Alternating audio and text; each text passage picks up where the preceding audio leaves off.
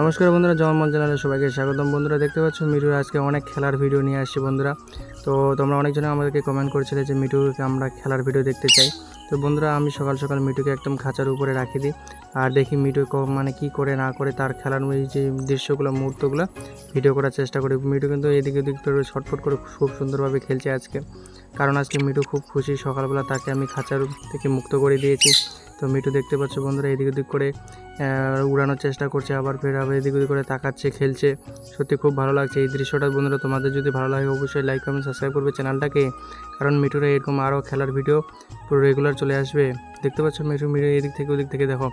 মিঠু কিন্তু খুব খিদা লাগছে, তাই মিঠু কিন্তু ছটফট করছিল। তার জন্য আমি একটা বটবটি দিয়ে দিয়েছি, কারণ মিঠু কিন্তু বটবটি খেতে খুবই ভালোবাসে। দেখতে পাচ্ছ মিঠুর খাওয়ার স্টাইলটা দেখে আমার কিন্তু খুবই পছন্দ হয়েছে, মিঠুর যে খাওয়ার স্টাইল। তারপর একটা গাছের ডালে তাকে রাখে দিই। দেখো গাছের ডালে কত সুন্দরভাবে গাছের ডালটা এদিক ওদিক করে কামড়ানোর চেষ্টা করছে মিঠু। সত্যি মিঠু খুব কিন্তু শয়তান আর দিন দিন দুষ্টু হয়ে উঠছে। কিন্তু বন্ধুরা যত দিন যাচ্ছে তত মিঠু কিন্তু দিন দিন শয়তান হচ্ছে বন্ধুরা। তো মিঠুকে নিয়ে আমি সত্যি আর পারছি না। মিঠু কিন্তু এই গাছ থেকে ওই গাছ থেকে দেখো বারবার করে যাওয়ার চেষ্টা করছে আর দেখছে, কিন্তু কিন্তু কী করবো বন্ধুরা, মিঠুকে নিয়ে তো আমি থাকতে পারছি না আর কিছু করতেও পারছি না। মিঠু যে এত দিন দিন এত শয়তানি করছে না, কি বলা যাবে। দেখো তার ঠোঁটটা এত শক্ত হচ্ছে দিন দিন, আমি কি বলবো। আমার একদিন হাতে কামড় দিয়েছিল, হাতে একদম রক্ত বার করে দিয়েছে।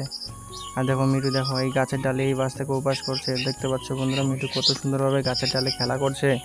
বন্ধুরা তোমাদের বাড়িতে যদি এরকম টিয়া পাখি থাকে তোমরা অবশ্যই তাকে খোলা আকাশে ছেড়ে দিও। যদি তোমাদের ভালোবাসা তার প্রতি যদি সত্যি থাকে তো অবশ্যই তোমাদের কাছে ফিরে আসবে, কারণ মিঠু এরকমই আমার কাছে দিন দিন ফিরে আসে।